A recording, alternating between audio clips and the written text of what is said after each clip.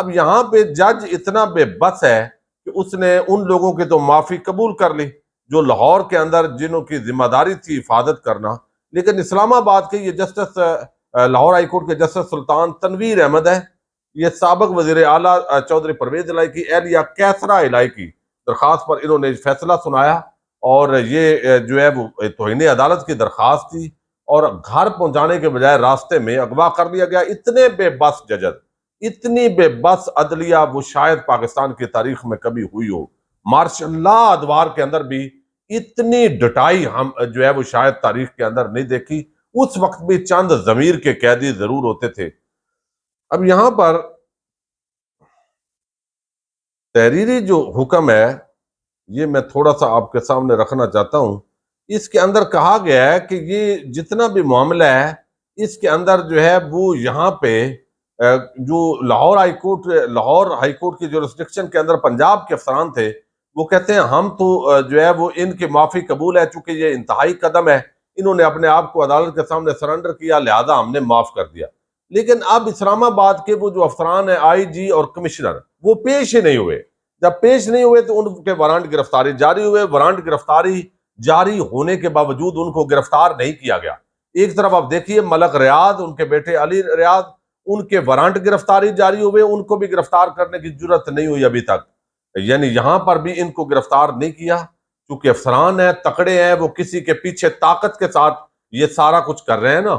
لیکن اب وہ جائی صاحب مزید بیچارے لیٹے ہوئے ہیں، وہ کہتے ہیں مجھے شک ہے کہ ان کو صحیح گائیڈ نہیں کیا ہوگا۔ اب وہ ایسی صورتحال پیدا ہو گئی ہے کہ جج صاحب اگر وہ پیش ہو جائیں یہ دو افسران تو شاید ہاتھ باندھ کے ان کو معافی دے دیں، یعنی جج صاحب ہاتھ باندھیں اور ان کو معافی دے دیں، یہ حالت ہو گئی ہے۔ لیکن وہ تکڑے دو امیدوار جو افسران ہیں وہ لاہور ہائی کورٹ میں پیش ہی نہیں ہو رہے۔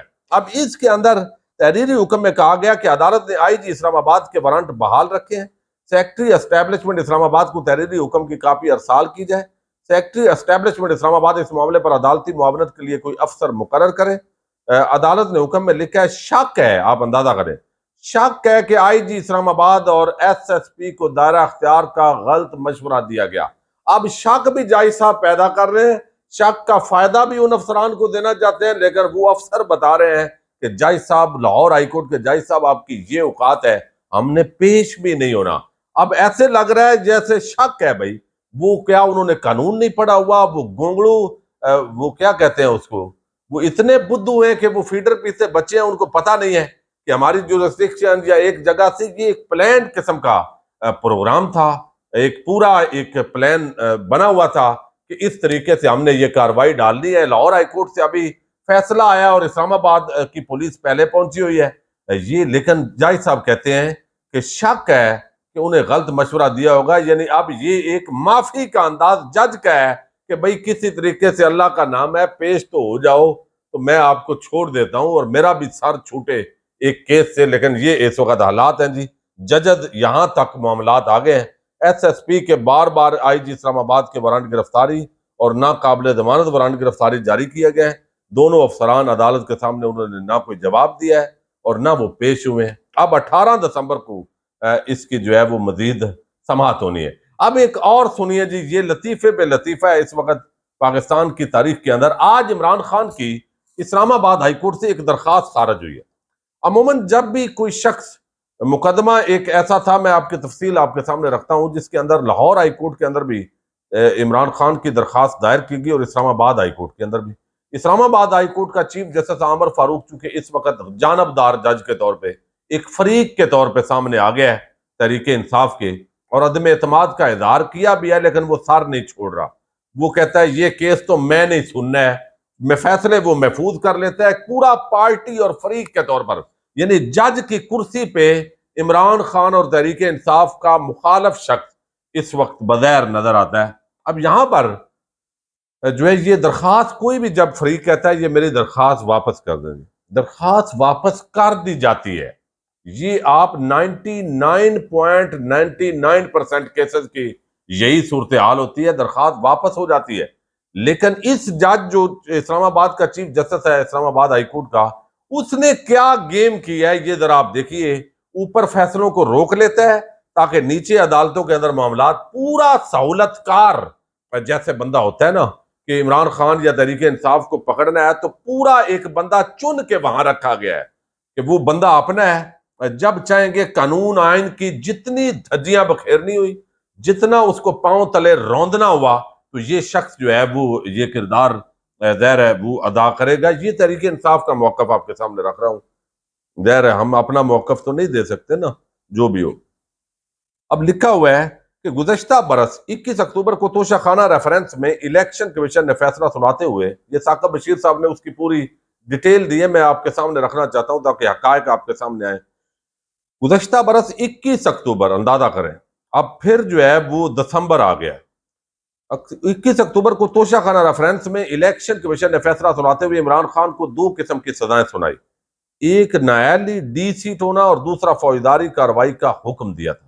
فیصلے کے بعد عمران خان نے اسلام آباد ہائی کورٹ سے رجوع کیا اور اس دوران الیکشن کمیشن نے اپنے فیصلے کے ایک حصے پر عمل کرتے ہوئے میاں والی کی نشست سے عمران خان کو ڈی سیٹ کر دیا، کیونکہ اسلام آباد ہائی کورٹ نے اس حد تک حکم امتناع دیا کہ میاں والی کے نشست پر ضمنی الیکشن نہیں ہوں گے۔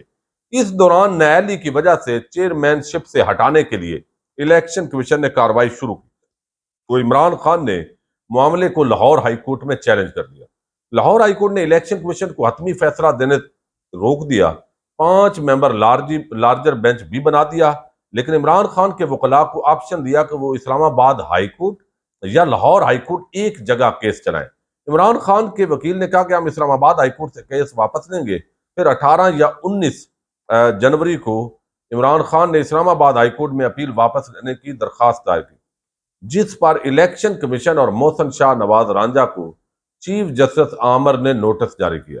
انہوں نے موقف اختیار کیا کہ عمران خان نے اسلام آباد ہائی کورٹ اور لاہور ہائی کورٹ دونوں کے ساتھ چیٹنگ کی ہے، دونوں کو قبل از وقت آگاہ نہیں کیا، ان کی درخواست منظور نہ کی جائے، اگر منظور کرنی ہے تو ان کو جرمانہ ہو، ان کے کنڈکٹ پر بھی لکھیں۔ جبکہ عمران خان کے وکیل کا موقف تھا کہ بر وقت ہم نے دونوں ہائی کورٹس کو آگاہ کیا ہے، یہ الزام درست نہیں کہ ہم نے آگاہ نہیں کیا تھا۔ پھر 13 دسمبر کو اسلام آباد ہائی کورٹ میں فیصلہ محفوظ ہوا، آج 6 دسمبر کو سنایا گیا۔ پچھلے سال درخواست واپس لینے کی بات ہے، اگر آپ نے مسترد بھی کرنی ہے تو بھائی 2 دن کے اندر کر دیں، اسی دن کر دیں۔ 1 سال 13 دسمبر 2022 کا یہ معاملہ ہے، آج 6 دسمبر 2023 کو عامر فاروق نے یہ درخواست مسترد کر دی ہے، جو درخواست واپس لینے والا معاملہ ہے، یعنی وہ کہتا ہے میں نہیں فیصلہ کرنا ہے عمران خان کے کیس کا۔ اندازہ کر لیں یہ ججی ہو رہی ہے یا یہ تماشا ہو رہا ہے۔ بہرحال 1 سال کے دورانیے میں الیکشن کمیشن نے فیصلے کے دوسرے حصے پر عمل درآمد کے لیے نومبر 2022 میں فوجداری کارروائی کی کمپلینٹ اسلام آباد کی سیشن عدالت میں بھیجی۔ دسمبر میں سماعت ہوئی، 9 جنوری کو طلبے کے لیے پہلا نوٹس عمران خان کو ہوا، 5 اگست کو سزا سنا دی گئی۔ الیکشن کمیشن کے فیصلے کے دوسرے حصے پر بھی عمل ہو گیا۔ آج 6 دسمبر کو الیکشن کمیشن کے دونوں حصوں پر عمل ہو چکا۔ تیسرا حصہ چیئرمین شپ سے ہٹانے کا تھا، وہ بھی ہو چکا، کیونکہ 5 اگست کے فیصلے کی وجہ سے نیالی کی بنا پر عمران خان نے پارٹی الیکشن نہیں لڑا۔ یوں 21 اکتوبر 2022 کے الیکشن کے فیصلے پر مکمل عمل ہو چکا، لیکن اس کو چیلنج کردہ معاملے پر ابھی فیصلہ نہیں ہو سکا۔ اپیل نومبر 2022 کی پوزیشن سے دسمبر 2023 میں اب آگے بڑھے گی۔